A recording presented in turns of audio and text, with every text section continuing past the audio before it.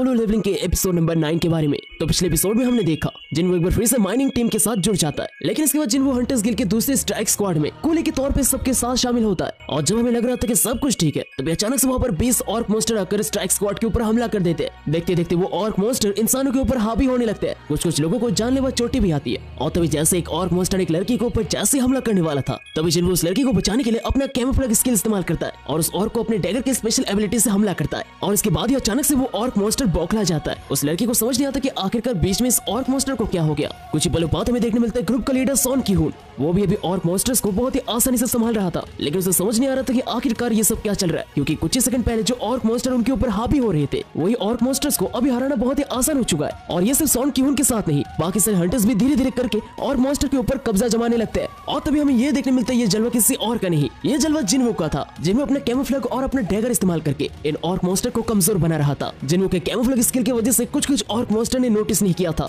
लेकिन कुछ ने जिन्हो को नोटिस कर लिया था। जिन्हो उनके गले के सामने छुरा पकड़ के कहता है, अगर तुम लोगों ने कुछ भी उल्टा सीधा करने की कोशिश की, तुम्हें अच्छी तरीके से पता है कि तुम्हारे साथ क्या हो सकता है। तभी अचानक से पीछे से एक हंटर आकर उस ऑर्क मोस्टर को बहुत ही जोर का पंच मारती है और उस ऑर्क मोस्टर का काम तमाम कर देती है। देखते देखते बाकी सभी भी एक के बाद एक सारे ऑर्क मोस्टर को डिफीट करते जाते हैं। जिन्हो यहाँ पर कहता है, सॉन की-हून और बाकी सभी ए रैंक और बी रैंक के हंटर्स हैं। ऐसी बात नहीं है कि मैं उनके ऊपर भरोसा नहीं करता। कुछ देर पहले वो लड़की हिला लगभग मरने के कागार पे थी और मैं यहाँ से किसी को मेरे आंखों के सामने मरते हुए नहीं देख सकता। तभी अचानक से जिन्हो देखते हैं उसका एक लेवल अप हो जाता है। जिन्हो अपने मन कहता है, मुझे कभी नहीं पता था कि पार्टी का हिस्सा होने के बावजूद भी मेरे लेवल अप हो सकते। अगर मैं इन सबको अकेले मारता तो शायद मेरा और एक लेवल अप हो जाता, लेकिन ये डंजन हंटर्स गिल्ड का और ऊपर से एक ए रैंक का टेंशन है, यानी कि इसे खरीदने में बहुत ही ज्यादा पैसे लगे होंगे। खैर जो भी हो, मुझे उनके मामले में टांग नहीं अड़ाना चाहिए। देखते देखते सारे ऑर्क मोस्टर खत्म हो जाते हैं, लेकिन किसी को विश्वास नहीं हो रहा था कि वो लोग अभी तक जिंदा है। यहाँ तक कि उन्हें कुछ अजीब भी लगने लगता है। इसके बाद में एक लड़की मेज के पास ले जाता है, जिसने जिन्हो के कैमोफ्लेज स्किल को पकड़ लिया था। वो अपने मन कहती है, इस पॉटर ने लगता है हम सभी को बुद्धू समझा है। मैं एक मैजिक कास्टर, तो मैं ऑब्वियसली इसके कैमोफ्लेज स्किल को देख सकती हूँ। इसके बाद वही लड़की हीलर जिसका जान जिन्हो ने बचाया था, वो टीम के लीडर सॉन की-हून के पास जाती है और उसके साथ जो हुआ वो सब कुछ बताती है। वो कहती है, मैं जब उन ऑर्क के साथ लड़ रही थी तब अचानक से वो ऑर्क अजीब सा बर्ताव करने लगते हैं और अचानक से उनके गले से खून निकलने लगता है। ये सब सुनकर सॉन की-हून कहता है, इसका मतलब तुम ये कहना चाहते हो कि किसी ने उस ऑर्क के ऊपर कोई मैजिकल स्पेल इस्तेमाल किया था। सॉन की-हून इसके बाद गीना नाम की एक लड़की से पूछता है, लेकिन गीना कहती है कि उसने ऐसा कोई स्पेल इस्तेमाल नहीं किया था। गीना ये भी कहती है, मैं ऑर्क्स को अपने टेलीकिनेसिस की मदद से रोकने में बिजी थी, और वैसे भी हमारी टीम में ऐसा कोई मेज नहीं है जो कर्स इस्तेमाल कर सके। हमारे पास ज्यादातर फायर टाइप के मेजेस है, हमारे पास अभी तक कोई एसेसिन टाइप का हंटर नहीं है। इसके बाद वो लड़की मेज सामने आती है और कहती है, मुझे भी लगता है कि इसमें कोई बाहर वाला ही होगा। वो लड़की अपनी मन कहती है, शायद वो अपने एबिलिटीज को छिपाना चाहता है, अभी के लिए अपना मुंह बंद रखना ही सही होगा। स्ट्राइक स्क्वाड के सभी लोग राहत की सांस लेते हैं। तभी अचानक से एक बंदा कहता है कि हमें इस हालत में आगे जाना चाहिए। ये सवाल जैसे सभी सुनते हैं, सभी के मन में एक बार फिर से डर फैल जाता है। डंजन की शुरुआत में ही ऑर्क मोस्टर का सामना करके सभी लोग यहाँ पर बहुत ही ज्यादा डरे हुए थे, कोई भी आगे जाने के लिए तैयार नहीं था। इसके बाद और एक बंदा की-हून को कहता है, मुझे लगता है हमें वापस लौट जाना चाहिए और वापस जाकर गिल्ड मास्टर और वाइस गिल्ड मास्टर को इसके बारे में रिपोर्ट करना चाहिए। मेरे ख्याल से आगे का रास्ता हमारे लिए और भी ज्यादा खतरनाक हो सकता है, या फिर हम लोग बाहर जाकर और 2 हीलर्स को अपने साथ लेकर आ सकते हैं। की-हून, मैं जानता हूँ कि तुम वापस नहीं जाना चाहते और ये तुम्हारे लीडर के तौर पे पहला रेट था, लेकिन मेरे ख्याल से वापस जाना ही हमारे लिए बेहतर होगा। की-हून यहाँ पर बहुत ही गहरी सोच में पड़ जाता है। दूसरी तरफ जिन्हो की-हून को देखकर अपने मन कहता है, ये एक बहुत ही मुश्किल फैसला है। सभी हंटर्स डंजन को क्लियर करना चाहते हैं, लेकिन एक अच्छा लीडर होने का मतलब। इसके बाद की-हून कहता है, ठीक है फिर अभी के लिए हम लोग वापस जाते हैं। सभी लोग यहाँ पर वापस जाने लगते हैं, लेकिन तभी अचानक से उनको रास्ते के बीचों बीच एक बैरियर देखने मिलता है। किसी को समझ नहीं आ रहा था कि आखिरकार रास्ते के बीच में ऐसा एक तगड़ा बैरियर क्या कर रहा है। वो लड़की में इस बैरियर के सामने जाकर बैरियर की जांच पड़ताल करती है।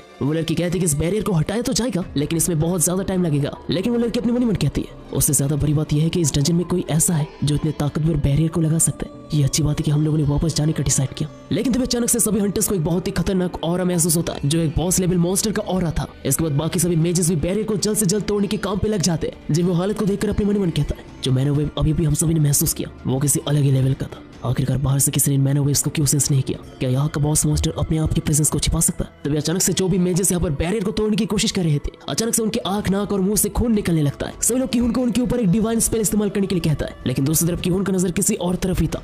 और इसके बाद हमें देखने मिलता है स्ट्राइक स्क्वाड के बिल्कुल पीछे हजारों की संख्या में ऑर्क मॉन्स्टर्स आ चुके थे और ये देखकर सभी के रोंगटे खड़े हो जाते हैं। उनमें से एक ऑर्क मॉन्स्टर आकर की-हून के बिल्कुल सामने आकर खड़ा होता है और अपने आंखों से वो की-हून को घूरने लगता है। की-हून यहाँ पर सभी को पीछे रहने के लिए कहता है। की-हून कहता है, अगर अभी हमने लड़ाई की तो हम लोग बिना वजह मारे जाएंगे। काश हमारे पास मिस्टर चोई या फिर मिस चाइन होती। तभी अचानक से की-हून के सामने एक ऑर्क मॉन्स्टर आकर जोर से चिल्ला के कहता है,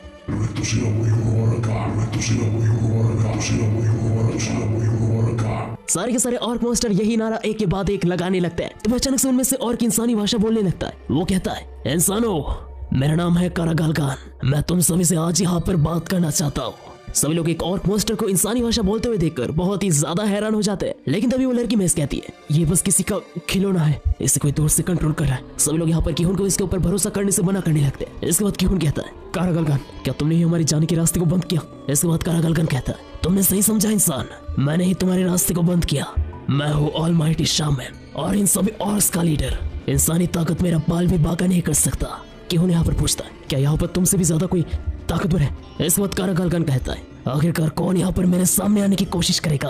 अभी ये तुम लोगों के हाथों में, मेरे सोल्जर्स के हाथों मर जाओ या फिर मेरे पास भी आ सकते हो। इसके बाद किहुन कहते हैं कि वो और बाकी सभी उन लोगों के साथ जाएंगे, और ये फैसला सुनकर सभी लोग बहुत ही ज्यादा हैरान हो जाते हैं। ये फैसला सुनकर जिन्हो अपने मन में कहता है, क्या वो बॉस के साथ समझौता करके यहाँ से निकलना चाहता है? तभी अचानक से किहुन जिन्हो को कहता है, संग, जब हम सभी बॉस रूम पे जाएंगे तो हम सभी मिलकर बॉस के ऊपर एक सरप्राइज अटैक करेंगे। बॉस जितना भी पावरफुल हो, वो अपने बैरियर को ऐसे हालत में मेंटेन नहीं कर पाएगा, और तभी तुम्हारे यहाँ से भागने का मौका होगा, और बाहर जाने के बाद तुम सीधे मेन स्क्वाड को कांटेक्ट करना। जिन्हो कहता है, अगर मैंने ऐसा किया तो बहुत ही ज्यादा लेट हो जाएगा, क्या आप सभी बॉस को मारने के लिए अपना जान दांव पे लगाना चाहते हैं? इसके बाद किहुन कहता है, हमारे यहाँ पर आने का मकसद बॉस को मारना था और हम लोग अभी वही कोशिश करने वाले। इसके बाद वो लड़की हिलर भी जिन्हो के पास आती है और जिन्हो को एक डायरी देकर कहती है, अगर तुम यहाँ से जिंदा वापस जा पाए तो ये डायरी मेरे परिवार को सौंप देना। इसके बाद किहुन कहता है, हम लोग यहाँ पर अपना काम कर रहे हैं संग, और तुम हम में से एक नहीं हो। इसके बाद धीरे धीरे करके सभी लोग आगे बढ़ने लगते हैं। जिन्हो यहाँ पर डायरी को पॉकेट में रखता है और कहता है, मैं इसे अभी के लिए रख रहा हूँ, लेकिन मैं वो नहीं हूँ जो इसे वापस करेगा। इसके बाद जिन्हो भी बॉस रूम की तरफ आगे बढ़ने लगता है। इसके बाद हमें डंजन के बाहर ले जाया जाता है। हमें देखने मिलता है डंजन के बाहर यहाँ पर चाहिन आ चुकी थी। चाहिन यहाँ पर जिन्हो को ढूंढ रही थी, लेकिन चाहिन को माइनिंग टीम में जिन्हो कहीं पर भी नहीं दिख रहा था। चाहिन को लगने लगता है कि जिन्हो ने माइनिंग टीम को क्विट कर दिया है। चाहिन यहाँ पर जिन्हो के बारे में माइनिंग टीम के टीम लीडर से पूछती है, और जैसे चाहिन को पता चलता है कि जिन्हो स्ट्राइक स्क्वाड के साथ पोर्टर के तौर पर अंदर गया है, ये सुनकर चाहिन बहुत ही ज्यादा हैरान हो जाती है। लेकिन उसी के साथ साथ चाहिन को पिछले डंजन वाला इंसिडेंट भी याद आता है, जहाँ पर चाहिन ने जिन्हो को बिल्कुल बॉस रूम के सामने देखा था, और चाहिन ने जिन्हो के हाथ में कुछ सेकंड्स के लिए एक वेपन भी देखा था। चाहिन का शक और भी ज्यादा गहरा होने लगता है। इसके बाद चाहिन भी अंदर जाने का डिसाइड कर लेती है। टीम लीडर पूछते हैं, अरे क्या हुआ मिस चाहिन,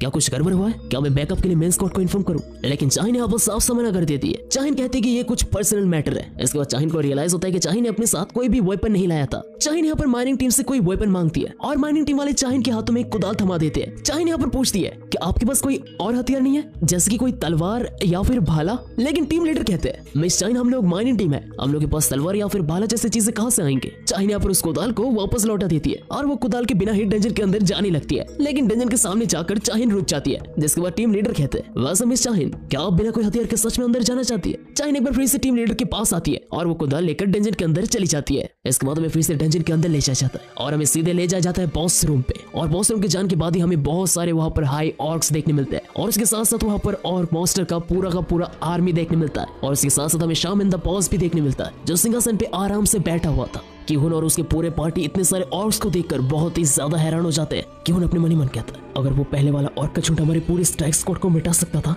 तो इतने सारे ऑर्क से छोटे से शहर को बहुत ही आसानी से मिटा सकते हैं। हमें कैसे भी करके इस बॉस को मारना ही होगा। किहुन यहाँ पर बॉस के आसपास 4 बॉडीगार्ड देखते हैं, जो बहुत ही तगड़े दिख रहे थे। सभी लोग यहाँ पर किहुन के सिग्नल का इंतजार कर रहे थे। इसके बाद वो बॉस कहता है, इंसान, क्या तुम्हें मुझसे डर लग रहा है? इसके बाद वो शामन बॉस अपना ऑरा रिलीज करता है, और उसका ऑरा इतना ज्यादा ओवरवेलमिंग था, जो सेंस करने के बाद यहाँ पर सभी लोगों के रोंगटे खड़े हो जाते हैं, और सभी लोग स्पॉट में ही पैरालाइज हो जाते हैं। सभी लोग समझ जाते हैं कि वो लोग कैसी भी हालत में इस बॉस से नहीं जीत सकते। कि उन्हें पर कहने की कोशिश करता है, आखिरकार तुमने हम सभी को यहाँ पर क्यों बुलाया, जबकि तुम हम सभी को गेट के सामने मार सकते थे? इसके बाद शामन बॉस कहता है, यह सब कुछ हमने मजे के लिए किया।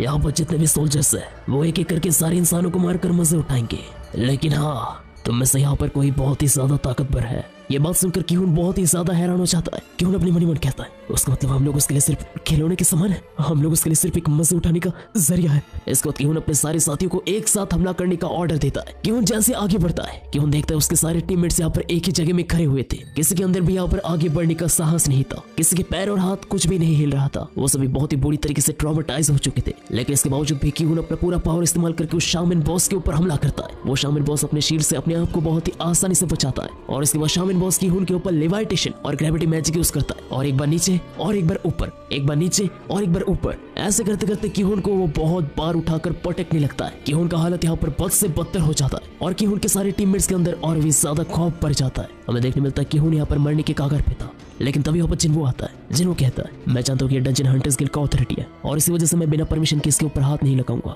लेकिन अभी जो सिचुएशन है उसे देखकर मुझे नहीं लगता कि स्क्वाड ज्यादा देर तक टिक पाएगा। मुझे बस तुमसे सिर्फ एक ही बात पूछना है, क्या तुम मुझे यहाँ की मैजिकल बेस्ट को मारने का परमिशन देते हो?